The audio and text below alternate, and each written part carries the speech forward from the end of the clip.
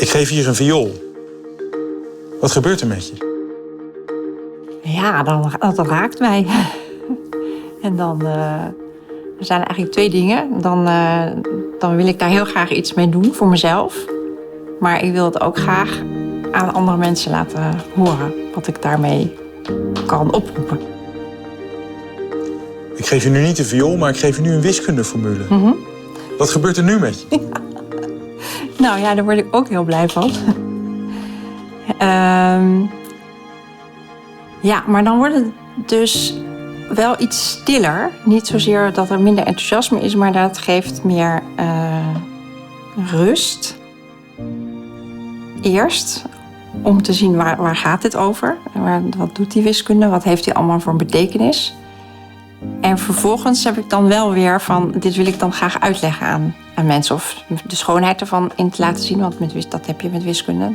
Dat het soms misschien niet helemaal nuttig is, maar wel niet meteen toepasbaar is, moet ik zeggen. Maar wel heel, heel mooi, omdat het altijd klopt. En je kan niet jezelf voor de gek houden als je wiskunde doet. Ja. Welke vaardigheden ontwikkel je als je zo veel eigenlijk met die viool bezig bent? En met muziek, met muzikanten? Ja. Dat is op allerlei gebieden. Dus je ontwikkelt natuurlijk technische vaardigheden. Dus je ontwikkelt gewoon gemak op je instrument. Maar je ontwikkelt ook discipline. Omdat je moet eerst gewoon door een heleboel niet altijd leuke dingen heen om iets echt te kunnen beheersen. En daarna ontwikkel je ook echt samenspelen. Dus je moet met elkaar afstemmen. Je moet geven en nemen. Je moet samen tot één resultaat zien te komen. Dus je moet ook, terwijl je bezig bent, blijven luisteren wat er om je heen gebeurt. En je moet een soort enthousiasme hebben om samen ook echt dat doel te bereiken wat je echt voor ogen hebt. Nou, muziek is natuurlijk iets, geeft een soort mogelijkheid om te communiceren. En dat kunnen allerlei dingen zijn, emoties, maar ook verhalen. En als je nou genoeg bagage en genoeg geoefend hebt en genoeg achtergrondkennis hebt, dan kan je op het moment dat je voor een zaal staat, kan je dan inderdaad vertellen zoals jij het op dat moment voelt. Dus niet zozeer hoe je het helemaal hebt ingestudeerd, maar hoe je op dat moment denkt dat je het beste jouw verhaal kan doen. En dat is denk ik ook wel de link met het lesgeven of het onderwijs aan de TU Delft. Ja, want als jij mensen inleidt in de wiskunde of in de statistiek, dan denk ik dat de concepten en het verhaal vaak gegrond is in, dat zijn identiek. Die zijn identiek. Maar verschilt daar het verhaal wat je vertelt per dag? Ja, want dat hangt van de groep studenten af, dus van je publiek. En soms is dezelfde groep studenten ook niet dezelfde 's ochtends om 8:30 of 's middags om 4:00. Dus daar hou je wel rekening mee. En je weet het niet van tevoren, maar als je een paar zinnen hebt gezegd of een paar woorden hebt geuit, dan voel je al hoe er wordt gereageerd. Of het aanslaat en dat je zo verder kan gaan. Of dat je misschien, als je de mensen aankijkt, denkt van misschien toch nog een stukje terug. Of misschien aan ze vraagt van wat is er aan de hand? Gaan we het op een andere manier doen.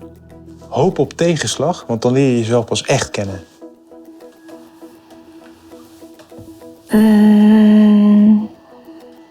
Ja, als ik er nu even over nadenk. Ja, ik heb wel eens gehad dat ik dacht van nu moet het toch ook een keer misgaan. En hoop op tegenslag. Je kan het misschien ook een beetje opzoeken door zeg maar de plekken of de mensen waarvan je denkt dat die het meeste weerstand of tegenstand bieden tegen jouw ideeën, door die op te zoeken. Kan je dat uitleggen? Ja, het is gewoon, zoals ik net al zei, ik vind het dus heel belangrijk om te horen wat er speelt. Niet zozeer om dan helemaal alles bij te sturen, maar gewoon om te weten wat er allemaal voor een ideeën leven en wat er nodig is misschien om jouw visie te verwezenlijken. Daarvoor heb je mensen nodig om je heen die daar wel ook dat in een perspectief plaatsen, wat je zelf misschien niet ziet. Dus ja, en dan leer je ook van jezelf. Misschien, vaak kom je toch wel ook weer een beetje bij dezelfde dingen uit van jezelf. Denk van, had ik dat nou niet eerder kunnen zien? Of, dat was de vorige keer ook al een probleem. Ja. Als dingen misgaan, falen, hoe ervaar je dat? Nou, daar leer je van. Ja, dus dan... Ja, aan de ene kant, soms is het heel vervelend. Dus dan baal je even echt. Of je bent gekwetst, dat kan ook gebeuren. Maar ja, ik heb ook wel een karakter dat dan denkt van... oké, hoe ga ik je dan nou weer iets positiefs uithalen? Want ja, anders kan ik ook niet verder. En dan denk ik achteraf soms wel eens... ja, dat was eigenlijk wel goed. Studenten luisteren niet naar je, maar ze doen je wel na. Mm-hmm. Hoe kijk jij daar? Ja,